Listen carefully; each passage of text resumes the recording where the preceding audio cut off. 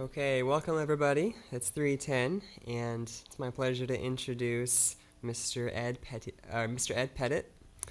Ed is a second-year master's student at the University of Texas School of Public Health. Is majoring in healthcare management and global health. He works as a senior project coordinator for the Baylor College of Medicine International Pediatric AIDS Initiative at Texas Children's Hospital.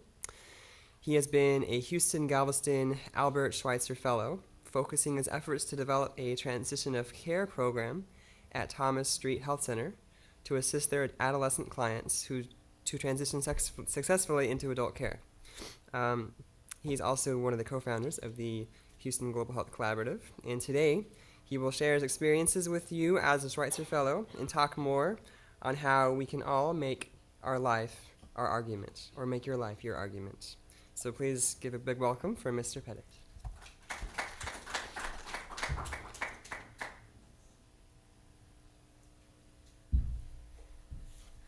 Thank you very much, Sam. And thank you, everyone, for being here today. I feel very honored that you're at my session when there's so many other great speakers that you could be listening to. I hope you all are enjoying the conference. As Sam mentioned, myself and Michael Goodman and Eric, we started planning for this conference back in 2011. And it was a very pie-in-the-sky dream back then. And to see it now in action and become a reality has been very rewarding for us. And I hope that you are also getting something out of it. So today I'm actually going to be speaking about another project with which I'm involved through the Houston Galveston Albert Schweitzer Fellowship. And before I go into that, I'll just give a little bit more background about myself and how I got into global health and how I ended up with the Albert Schweitzer Fellowship. So I graduated from Cornell University back in 2005. I had a degree in human biology, but it was an interdisciplinary degree with a lot of social sciences and a lot of international courses. And after graduating, I joined the Peace Corps and was sent to Botswana. And originally, I was placed in a rural village clinic working on their prevention of mother-to-child transmission program. It was the first program of that kind that they were rolling out, which is now very successful. If you've heard of the presentation earlier today on pediatric HIV, we've really reduced pediatric HIV very substantially. And from there, I joined the Baylor Pediatric HIV Clinic in Botswana's capital city and worked to roll out a program for their adolescents, since a lot of these children now that were born positive, that fell through the cracks before PMTCT was initiated, but were put on treatment, they were surviving into their adolescent years, and they needed those additional support programs to remain adherent to their medications during those difficult years and to become healthy adults. And Baylor then encouraged me to come back to Houston to work with them here and to get my master's degree in healthcare management. And I've also used this time to find out what are the issues facing youth here in Houston. And I actually took a qualitative research class with Dr. McCurdy, who's here, and I decided to do an analysis of the Thomas Street Health Center and to see how they were approaching the concept of transitioning their adolescent and young adult patients into adult care and into healthy adulthood. And through that class project, I developed the idea of doing a service program to kind of implement a program to address the needs that I uncovered in the class project. And I found that there was a program called the Albert Schweitzer Fellowship that would give some seed funding and support you as a fellow to implement a community service project. And so I'm going to give a general broad overview of the Schweitzer Fellowship, and then at the end I'm going to give you some samples of different projects that are currently being implemented, including my own. So the Albert Schweitzer Fellowship is named after Dr. Albert Schweitzer. He was a German and then French theologian, organist, philosopher, author. Late in life, relatively late in life, he became a medical doctor solely so that he could be a medical missionary in Africa. After getting his medical degree, he moved to the Gabon and started this clinic in Lambaréné in 1913. And even though Albert Schweitzer is a great inspiration to all of us, and we all don't need to go to Lambaréné and get a Nobel Peace Prize. We can actually have our own Lambarénés here in Houston or wherever we find ourselves. We can find our own projects to invest in to reduce health inequalities both here and abroad. And that's what the impetus behind the Albert Schweitzer Fellowship is, to improve the health of vulnerable people now and for the future by developing a core of leaders in service. And these are professionals It starts out as grad students skilled in creating positive change with and in our communities, our health and human service systems, and our world. And this is done through community-based mentor direct service, and it's done in a multidisciplinary fashion, and involves a lot of leadership development. So I'll go through the kind of aspects of our program, but everything is done with a community partner. Everything is mentored by an academic advisor as well as a community program advisor, and we meet monthly to share our successes and our challenges with each other and learn from each other. And we come from many different backgrounds, which I'll get to in a moment. And we're addressing health according to the WHO definition, which is a state of complete physical, mental, and social well-being, and not just the absence of disease or infirmity. So it's really a rights-based human public health population approach, but we have people from many different backgrounds working towards this goal. And Schweitzer Fellows really focus on the social determinants of health, or the conditions in which people are born, grow, live, work, and age, and which are mostly responsible for these health inequalities. So looking at some of the numbers, there are 13 programs. This is a national program, and they also send some fellows to Lambaréné in Gabon. And here is Houston Galveston. It's one of the younger programs, but it was established along the East Coast first and has moved west since then, and we're very happy that they've come to Texas. And there's about 250 new fellows each year nationwide, and there's more than 2,500 program alumni, which we call Schweitzer Fellows for Life. These fellows are selected from the from 100 top health and human service professional schools. About half are medical students, but the other half come from a variety of allied health fields, some of which you might not immediately think of an allied health field. But we have students from nursing, dental, social work, public health, pharmacy, even law and engineering. And in my group of fellows, we even have someone who has a background and who's doing studies in urban design. And as long as they have a community project that's health related, they qualify for this fellowship. And so the program consists of a 200-hour service project that you'll do in the period of about 12 months, multidisciplinary monthly meetings with all the different fellows, public outreach activities. Even apart from our own individual projects, we get together to do group community service projects. You're given a stipend. Currently, it's about $2,500. In the coming years, I can't guarantee that's what it will be, maybe more, maybe less, but they do give you money that you can use towards your project or just to use yourself to offset kind of the time that's involved in and your gas money, whatever it takes to implement this project. And then you finally have this network once you're done of Fellows for Life that you can continue to network with. This 200 hours is primarily direct community service, working one-on-one with the recipients, with the people and clients, not just in planning or administration, but actually one-on-one with the people that you're serving. And it needs to address an unmet health need in the local community. So you need to justify that this is a health need that would otherwise be unmet if it weren't for your project. You need to collaborate with the community agency, and you need to work closely with them to develop it and implement it. And you also have your academic advisor as well as your Schweitzer mentors and the community program advisor. And it can be either a new initiative or it can be the expansion of an existing effort. It can even be the expansion of a previous fellows project. Some sample projects here in Houston, both current and in the past. Talati and Tron developed the SEND, Screen, Educate, Navigate, Direct Initiative, a health education and screening program aimed at empowering refugees from Burma. And that was with ECHOS. Andrew Franco, who's here in our audience, and Akil Shenoy. They are currently working on a meal program and job training curriculum that empowers homeless young adults in Houston and the Montrose area and beyond to lead healthier and more self-sustained lives. Amanda Davin and Angie Lloyd. Angie Lloyd was here in this conference earlier today. They created and implemented a structured integration program for the Burmese youth and a service learning program for Tzu Chi volunteers with the Tzu Chi program. And this was to develop a healthy lifestyle for these young Burmese refugees during their resettlement process. Asthana and Sundararajan are addressing the lack of primary care options for uninsured people by developing a preventive health counseling program for patients at the Emergency Center of Bentop General Hospital. David Savage, who presented an oral presentation earlier today, developed an orientation program that empowers refugees to navigate Houston's healthcare system and to utilize their entitled health benefits and establish consistent medical homes. And so if you're able to see his presentation, he's come up with some very innovative ways to get these new refugees hooked up to these programs, even creating videos that translate, that navigate them on how to fill out the forms in their local language. And myself, I'm working to address transition of care of adolescent and young adult HIV patients by establishing a comprehensive program to assist them as they move from pediatric and adolescent care to adult-based care at Thomas Street Health Center, which is the only HIV specialty clinic here in Houston.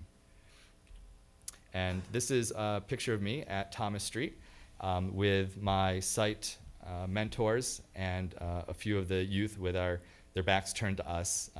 Something that we're very careful of course, is confidentiality of the patients that we work with. And the reason that I chose Thomas Street is because I wanted to continue the work that I had done in Africa with HIV-positive youth and see if any of those lessons learned could apply here and vice versa. I think a lot of times we think of, oh, well, all of our best practices are here in the West, and we just need to go and take them to Africa and implement them there. But actually, we can learn a lot from each other. And there are many things that I learned while working with mentors and local health professionals in Southern Africa that I have applied to our clinic in Thomas Street. And one of the reasons is because in Southern Africa, they have huge numbers of adolescents and young adults living with HIV, whereas here, relatively, we have a trickle compared to what they have dealt with. And so a lot of the programs that we've implemented, a lot of the life skills curricula that we've implemented in Southern Africa are actually, can very easily be brought here. And a lot of the needs in terms of HIV, in terms of the psychosocial aspects involved with being HIV positive are similar between youth here in the US and youth in Southern Africa. And in some ways, I found that the youth here have even greater challenges. In Southern Africa, HIV is a generalized epidemic, whereas here it's mostly among very high-risk groups that already have a number of other health inequalities that they're faced with, poverty, prostitution and sex work, drug abuse, homelessness, and it's sometimes even more difficult to get them into care and to keep them into care than the youth that I had worked with in Southern Africa. But regardless, the program and the site mentors at Thomas Street have been very supportive.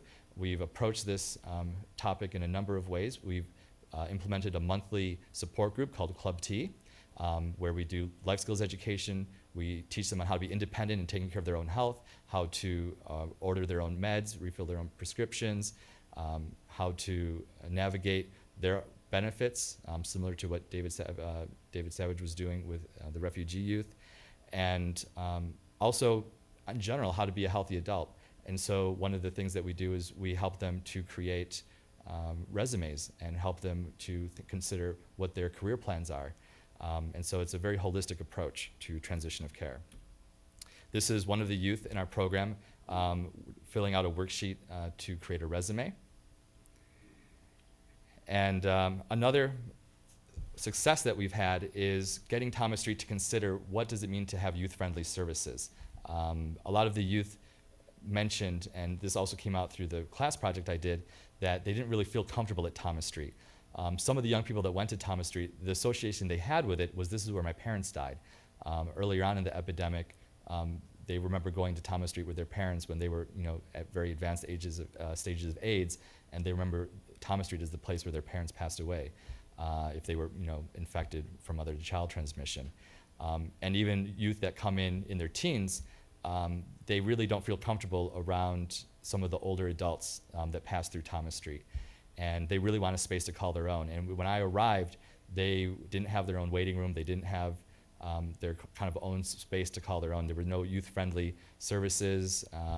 But now Thomas Street has kind of realized that need, and they're remodeling what used to be a daycare for small children into a waiting room that's going to have some youth-friendly services, some computers where they can work on resumes and job skills. And we see this as a very positive move. So if any of you are interested, the Schweitzer Fellows program for this year is full for 2013 to 2014. But if you'll be around in the Med Center doing a graduate program from 2014 to 2015, then keep an eye and ear out for our call for applications. You can also visit our website, schweitzerfellowship.org/Houston. And the deadline for this next group will be somewhere around February 2014. There are some other opportunities to get involved. We have an annual conference that you would also be welcome to attend as part of the public, and that usually takes place, I think, in Baltimore or the DC area.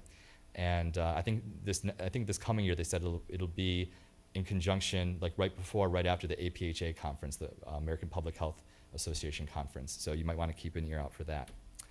I have the program director's contact information here if you'd like to contact her and get any more information. If you would like to contact me or hear more about the project I'm doing, I have business cards and I'd be happy to speak with you right after my talk.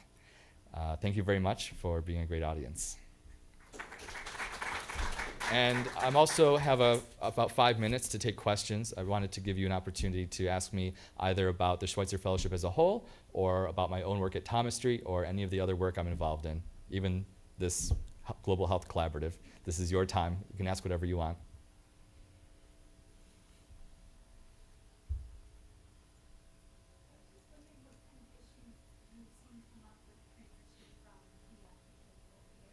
Right.